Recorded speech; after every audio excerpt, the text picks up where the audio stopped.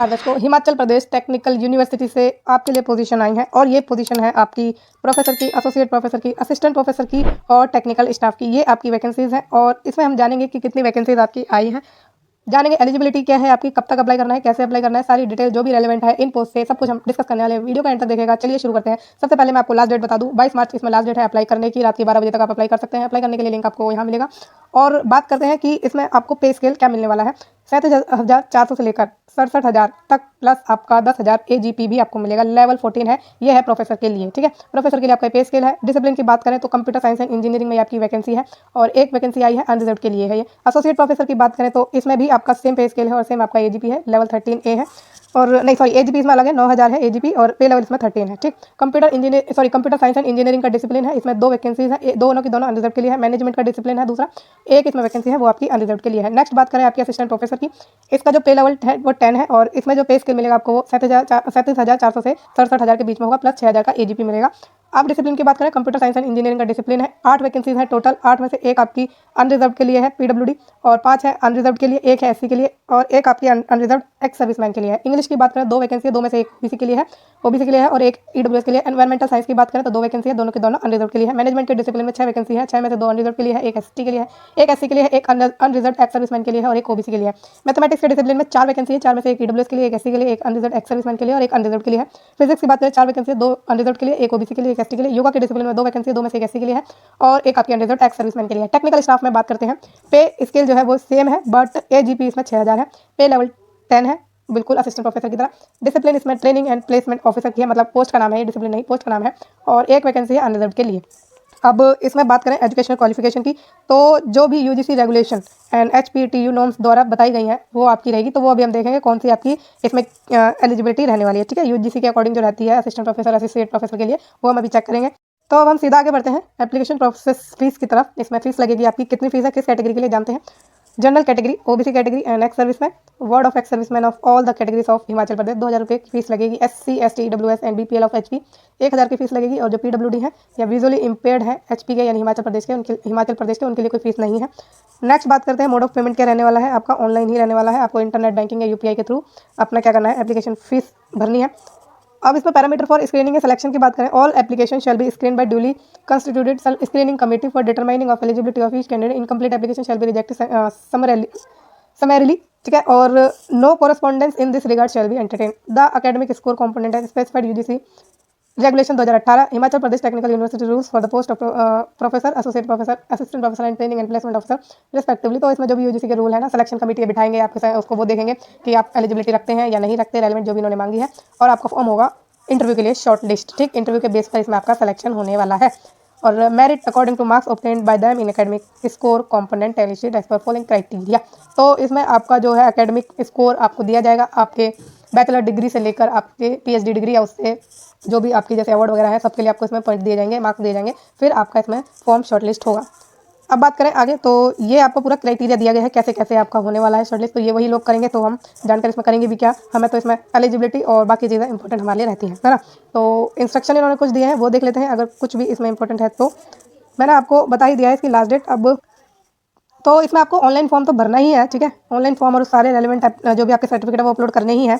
22 मार्च तक आपको ये करना है, लेकिन उसके साथ आपको एक काम और करना है कि आपको हार्ड कॉपी भी ऑफलाइन सबमिट करनी है कॉलेज में। अब वो कैसे करनी है वो समझ लीजिए। जब आप ऑनलाइन एप्लीकेशन फॉर्म भर देंगे तो उसका जो भी और हाँ जब आप ऑनलाइन फॉर्म भर देंगे तो उसका एक प्रिंट आउट निकालेंगे और उसके साथ जो भी रेलेवेंट डॉक्यूमेंट है वो सब कुछ अटैच करेंगे। अटैच करने के बाद आपको क्या करना है, आपको इस एड्रेस पर भेज देना है अपना एप्लीकेशन फॉर्म। ठीक है, सारे रेलेवेंट डॉक्यूमेंट्स आप जरूर अटैच करिएगा।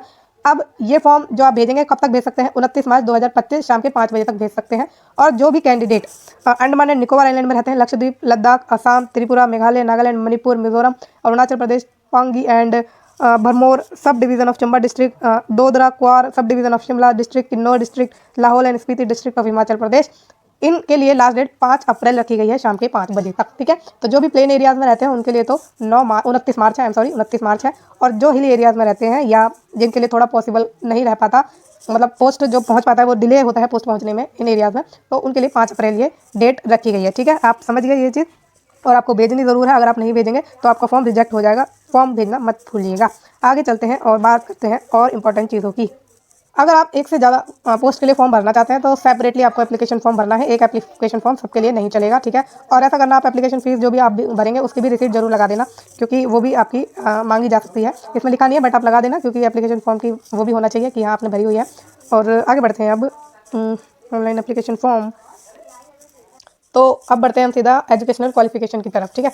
वो हम देखते हैं कि क्या होने वाली है इन सभी पोस्ट के लिए। तो यहाँ हम बात करते हैं आपकी प्रोफेसर की पोजीशन की इंजीनियरिंग एंड टेक्नोलॉजी के अंडर जो आपके कंप्यूटर में आई है, ठीक है। उसमें हम बात करते हैं कि क्या आपकी मिनिमम एलिजिबिलिटी चाहिए। 10 years working experience after PhD या फिर 13 years total working experience, out of which 7 years should be after PhD degree, at least 3 year at the level of associate professor with academic grade, पे of ₹9,000 या कोई equivalent. तो आपने PhD degree के बाद 10 साल का एक्सपीरियंस लिया हो, या फिर टोटल 13 साल का एक्सपीरियंस हो आपके पास, जिसमें से 7 साल आपने पीएचडी के बाद का एक्सपीरियंस लिया हो और 3 साल आपने काम किया हो एज एसोसिएट प्रोफेसर, और वो आपका जो उसमें जो ग्रेड एसोसिएट प्रोफेसर का जो ग्रेड पे हो आपका, वो 9,000 या कोई इक्वलेंट आपके पास होना चाहिए। और ये आपने किसी इंस्टीट्यूट में किया हो, रेप्यूटेड या रिसर्च एंड डेवलपमेंट लैब या रेलिवेंट इंडस्ट्री में किया हो। अब दूसरा इसमें दिया है essential credit point as per schedule A. तो वहाँ हम चलते हैं शेड्यूल ए पर। ये है आपका शेड्यूल ए, ठीक। ये असिस्टेंट प्रोफेसर, एसोसिएट प्रोफेसर सबके दे रखे हैं, बट हम प्रोफेसर की बात करेंगे। तो इसमें भी वही है, 10 years working experience after PhD और 13 ईयर्स टोटल वर्किंग एक्सपीरियंस, वही है सेम, ठीक है। तो ये हमने देख लिया। अब इसमें जो यूजीसी की जो प्रोफेसर की है, अब हम उस पर चलते हैं, ठीक है। अच्छा, वहाँ जाने से पहले ऐसा करते हैं, हम एसोसिएट प्रोफेसर का भी देख लेते हैं, जो कि टेक्निकल में ही है, ठीक है, क्योंकि वो कंप्यूटर वाली जो उसमें है इंजीनियरिंग वाली, उसकी भी देख लेते हैं यहीं पर, ताकि बार बार हमें पीडीएफ में आना पड़े, फिर हम एक साथ सबकी देखेंगे। तो associate professor engineering and technology के अंडर जो है, उसमें आपको चाहिए 6 year of experience after PhD, of which at least 3 year at the level of assistant professor in academic grade pay of ₹8,000। तो 6 साल का एक्सपीरियंस हो आपको पीएचडी डिग्री करने के बाद, और उसमें जो 3 साल आपने किया हो असिस्टेंट प्रोफेसर के रूप में काम किया हो, जिसका ग्रेड पे आपका ₹8,000 रहना चाहिए। या फिर अगर आपके पास ये नहीं है तो 9 साल, मतलब 9 ईयर का एक्सपीरियंस आपसे मांगा है, जिसमें से 3 साल आपने पीएचडी डिग्री के बाद किया हो वो एक्सपीरियंस, और 3 साल आपने असिस्टेंट प्रोफेसर के ही रूप में काम किया हो 8,000 के ग्रेड पे पर, ठीक है। असेंशियल क्रेडिट पॉइंट्स भी आपका सेम ही रहेगा आई थिंक इसमें भी। तो एसोसिएट प्रोफेसर का भी सेम है, ठीक है, सेम चीज़ें दी गई हैं। तो ये हो गई आपकी एसोसिएट प्रोफेसर की भी बात। अब इसमें एजुकेशनल क्वालिफिकेशन हमारी देखनी बाकी है दोनों के लिए, तो वो आपकी यूजीसी के अकॉर्डिंग है, वो हम देखते हैं अब, ठीक है। तो ये है आपके प्रोफेसर की एलिजिबिलिटी एजुकेशन की, ए या बी, या तो ये ए है और ये आपकी बी है। इन दोनों में से एक आपके पास होनी चाहिए। तो ए वाली डिस्कस करें पहले, तो एन एमिनेंट स्कॉलर आप होने चाहिए, पीएचडी डिग्री होल्डर, ठीक है, और वो अपने कंसर्न अलाइड या रेलेवेंट डिसिप्लिन में होना चाहिए, और पब्लिश आपने किया हो हाई क्वालिटी का काम, वर्क एक्टिवली एंगेज रहे हो in research with evidence of published work with A minimum of 10 research publication. 10 आपने रिसर्च पब्लिकेशन किए हो आपने, वो रिसर्च पब्लिकेशन आपने पीयर रिव्यूड या यूजीसी लिस्टेड जर्नल्स में किए हो, ठीक है। और साथ में आपने टोटल रिसर्च स्कोर जो गेन किया हो वो 120 किया हो एज पर क्राइटेरिया गिवन। तो आपका 120 इन्होंने रिसर्च स्कोर मांगा है, 10 रिसर्च पब्लिकेशन मांगे हैं, रेलिवेंट एमिनेंट स्कॉलर आप होने चाहिए पीएचडी में, और आपका क्या इन्होंने करा है कि हाई क्वालिटी का आपका वर्क होना चाहिए, ठीक है।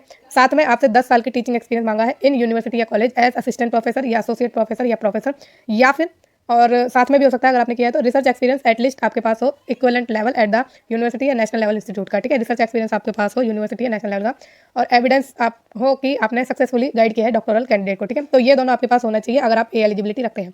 फिर अगर आपके पास ए नहीं है तो आपके पास बी होना चाहिए ओनली, आप an outstanding professional PhD degree रहे हो रेलिवेंट डिसिप्लिन में फ्रॉम एनी एकेडमिक इंस्टीट्यूशन, ठीक है। तो आप प्रोफेशनल रहे हो किसी भी एकेडमिक इंस्टीट्यूशन में और अपने रेलिवेंट अलाइड डिसिप्लिन में पीएचडी डिग्री आपने की हो।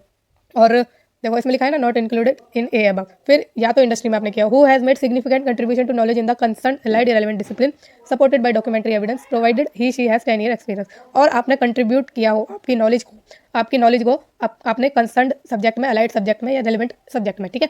और 10 साल का एक्सपीरियंस आपके पास होना चाहिए, सपोर्टेड डॉक्यूमेंट उसके होने चाहिए। ये आपकी प्रोफेसर की क्वालिफिकेशन थी।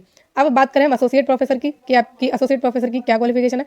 तो यहाँ है आपकी एसोसिएट प्रोफेसर की क्वालिफिकेशन, आपका गुड एकेडमिक रिकॉर्ड रहा हो पीएचडी डिग्री के साथ आपके रेलिवेंट अलाइड सब्जेक्ट में, कंसर्न सब्जेक्ट में, मास्टर डिग्री आपने की हो 55% मार्क्स के साथ, ठीक है। और ये 55% मार्क्स जनरल कैंडिडेट्स के लिए हैं, और जो कैटेगरी वाले हैं उनको 50% मार्क्स मास्टर डिग्री में मतलब होने चाहिए उनके, ठीक है।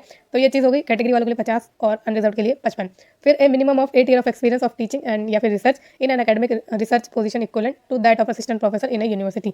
तो आपके पास 8 साल का एक्सपीरियंस हो टीचिंग का या रिसर्च का, और वो एकेडमिक या रिसर्च पोजीशन आपकी हो इक्वलेंट टू असिस्टेंट प्रोफेसर। समझे आप ये बात? या तो आपने असिस्टेंट प्रोफेसर के रूप में टीच किया हो, पढ़ाया हो 8 साल तक, या आपने अगर रिसर्च की है एकेडमिक या रिसर्च पोजीशन पर, तो वो आपका असिस्टेंट प्रोफेसर के इक्वलेंट होना चाहिए, ठीक है। ये आपकी इसमें डिमांड है। कॉलेज और accredited research institute industry with a minimum of 7 publication in the peer reviewed या यूजीसी लिस्टेड जर्नल, तो आपके 7 पब्लिकेशन होने चाहिए और उसमें स्कोर आपका 75 होना चाहिए। ये आपकी एसोसिएट प्रोफेसर की क्वालिफिकेशन है। अब फाइनली हम इस पर बढ़ते हैं अपना असिस्टेंट प्रोफेसर पर, ठीक है। फिर असिस्टेंट प्रोफेसर का तो दिल्ली यूनिवर्सिटी का होगा, मतलब वही आपका इसमें भी लागू होगा। और फिर स्पेशली अगर उसमें कुछ दिया है असिस्टेंट प्रोफेसर के लिए तो वो भी एक बार हम फिर पीडीएफ देख लेंगे, ठीक। तो ये आपका है असिस्टेंट प्रोफेसर की क्वालिफिकेशन। एलिजिबिलिटी ए या बी आपके पास होनी चाहिए। ए कौन सी है? ए है आपकी ये वाली, और बी है नीचे की साइड, देखते हैं अभी हम। बी है आपकी ये वाली, ठीक है। तो ए में क्या बताया इन्होंने कि मास्टर डिग्री आपने की हो 55% 55% मार्क्स के साथ, और ये 55% मार्क्स अगर आप अनरिजर्व कैंडिडेट है उनके लिए है, और वो आपने अपने रेलेवेंट अलाइड या कंसर्न सब्जेक्ट में लिया हो, या कोई इक्विवेलेंट डिग्री अगर आपने ली है तो आप आराम से इसमें फॉर्म भर सकते हैं। इसी के साथ आपको नेट की भी ज़रूरत है, ठीक है। अब नेट स्लेट या सेट जो है आपके पास होना चाहिए। नेक्स्ट बात करें तो इसमें जो आपकी बी वाली है वो अब हम डिस्कस कर लेते हैं। ये तो आप समझ गए कि या तो आपके सॉरी या नहीं, आपके पास मास्टर डिग्री होनी चाहिए प्लस नेट होना आपके पास जरूरी है, और होना तो जरूरी है, लेकिन जिन्होंने पीएचडी डिग्री करी हुई है उनको एग्जाम्शन मिल सकता है किसमें? नेट स्लेट या सेट से। वो किस शर्त पर मिलेगा कि आपका जो पीएचडी प्रोग्राम है वो 11 जुलाई 2009 से पहले अगर आपने की है, ठीक है। मतलब candidate registered for PhD programme prior to July 11 2009 shall be govern by the provision of the then existing ordinance bylaw regulation of the institution awarding the degree. तो ये उस टाइम के जो भी एग्जिस्टिंग ऑर्डिनेंस होंगे, bylaw होगा, regulation होगा, उसके अकॉर्डिंग आपने रजिस्टर्ड हो आप पीएचडी डिग्री में, आपने अपनी डिग्री ली हो, और such PhD candidate shall be exempted from the requirement of NET SLAT for requirement of appointment of assistant professor या कोई equivalent position in the university या कॉलेज या इंस्टीट्यूशन, ठीक है। तो उनको जो है एग्जाम्प्ट किया जाएगा नेट SLAT या सेट से। अब नेक्स्ट बात करते हैं बी पर आते हैं। अब जिन्होंने पीएचडी डिग्री की है अपनी फॉरेन यूनिवर्सिटी या इंस्टीट्यूशन से, और वो जो यूनिवर्सिटी या इंस्टीट्यूशन है उनकी जो रैंकिंग है वो टॉप 500 में आती है, समझे आप? कि आपकी जो यूनिवर्सिटी है या इंस्टीट्यूशन है जहाँ से आपने अपनी पीएचडी डिग्री की है वो टॉप 500 में आती है वर्ल्ड यूनिवर्सिटी रैंकिंग की।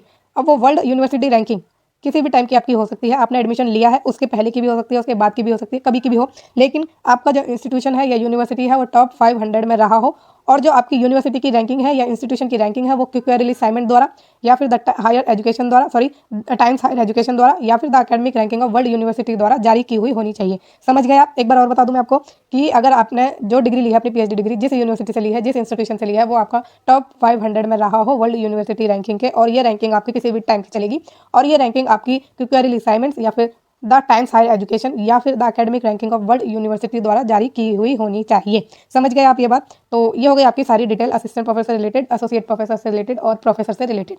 अब हम फाइनली उस वाले नोटिफिकेशन पर चलते हैं जो आपका हिमाचल की यूनिवर्सिटी का है, ठीक है। तो ये आपका हिमाचल वाला जो नोटिफिकेशन है वो है हिमाचल प्रदेश टेक्निकल यूनिवर्सिटी का। तो assistant professor engineering and technology, शायद इसके अंडर कोई वैकेंसी नहीं है असिस्टेंट प्रोफेसर की, लेकिन फिर भी इसमें एक बार मैं देख लेते हैं, देखना सही रहेगा या नहीं। आई थिंक मैं एक बार देख लूँ कि उसमें आई है कि नहीं उसकी टेक्निकल वाली। तो हाँ, उसमें है कंप्यूटर इंजीनियरिंग वाला, तो देख लेते हैं इसे भी, है ना। तो असेंशियल क्वालिफिकेशन इसमें आपसे मांगी है बीई या बीटेक या बीएस या कोई इक्विवेलेंट डिग्री या फिर या कोई इक्विवेलेंट डिग्री और साथ में एमई एमटेक या एमएस, समझे आप? बीई बीटेक या बीएस हो या कोई इक्विवेलेंट डिग्री हो और एमई एमटेक हो या एमएस हो या इंटीग्रेटेड एमटेक आपके पास होना चाहिए रेलेवेंट ब्रांच में डिसिप्लिन में of engineering with first class या डिवीजन और equivalent in both of the degrees. तो दोनों डिग्री में आपको 60% या उससे अबव आपको मार्क्स चाहिए, फर्स्ट डिवीजन आपको चाहिए, ठीक है। If a class division is not awarded minimum of 60% marks in aggregate of 6.5 on 10-point scale shall be considered equivalent to first class division। तो आपके 60% तो इन्होंने मांगे हैं, 6.5 वालों को जो सीजीपीए है उनको अभी 60% ही माना जाएगा। अभी आप समझ गए किसका? टेक्निकल वाले का असिस्टेंट प्रोफेसर के लिए इन्होंने डिमांड करी है। अब ये नेक्स्ट चलते हैं जो टेक्निकल वाला नहीं है, ये प्रोफेसर का आ गया है, नॉन टेक्निकल एसोसिएट प्रोफेसर का है ये, और ये आपका असिस्टेंट प्रोफेसर का है। इसमें देखो लिखा है जो नॉन टेक्निकल वाला है ना, उनको जो क्वालिफिकेशन चाहिए वो यूनिवर्सिटी ग्रांट्स कमीशन के अकॉर्डिंग चाहिए। तो वो हमने देख लिया है, उसमें क्या चाहिए, या तो एमए आपके पास हो उसके साथ नेट होना चाहिए, और अगर ओनली पीएचडी डिग्री है तो उसका भी केस मैंने आपको बताया है। तो सारी चीज़ें हमने डिस्कस कर ली है, almost everything we have discussed in this video. और अगर आपको कोई भी डाउट है, कुछ भी आपको पूछना है मुझसे कमेंट के द्वारा पूछ सकते हैं। इस वीडियो में इतना ही। ये वीडियो कैसी लगी है आपको मुझे कमेंट के द्वारा ज़रूर बताइएगा, और फ्यूचर में रेगुलर जॉब्स की अपडेट और इन टाइम नोटिफिकेशन के लिए इस चैनल को प्लीज़ लाइक शेयर और सब्सक्राइब भी ज़रूर कर दीजिएगा। Thank you so much.